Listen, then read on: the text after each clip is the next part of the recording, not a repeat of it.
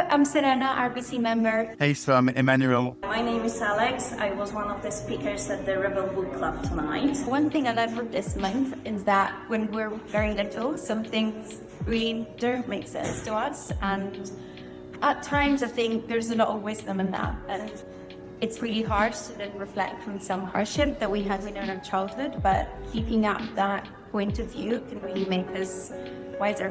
One of the insights I gathered this month was about the author's conflicting perspectives about communism.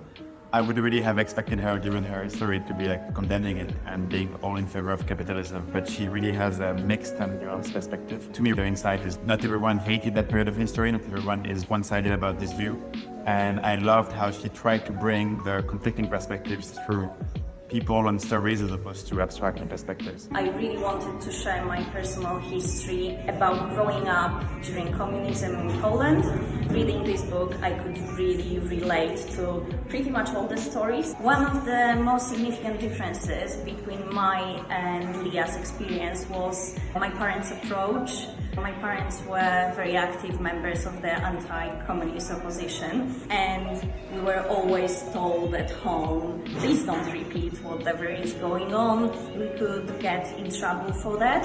And my parents were also printing illegal literature and then distributing it using my brother's pram or my older sister's backpack. What I learned from this book this month was when families or communities live in oppressive or controlled communities or countries, the efforts they have to go to protect themselves and how that might involve them creating a narrative for themselves to keep themselves safe, and how when that narrative is sort of removed or taken away, the kind of the destruction and the uncertainty that is created, and how it then becomes very difficult to understand what your place is or where you are in the community in which you felt you were a part of. We thought about how children can view teachers as a sort of authority and they don't really question, because obviously they're children. Another thing we talked about was basically, is it right or not for parents to protect their children, basically not giving them the full truth or masking the truth of what's happening in society.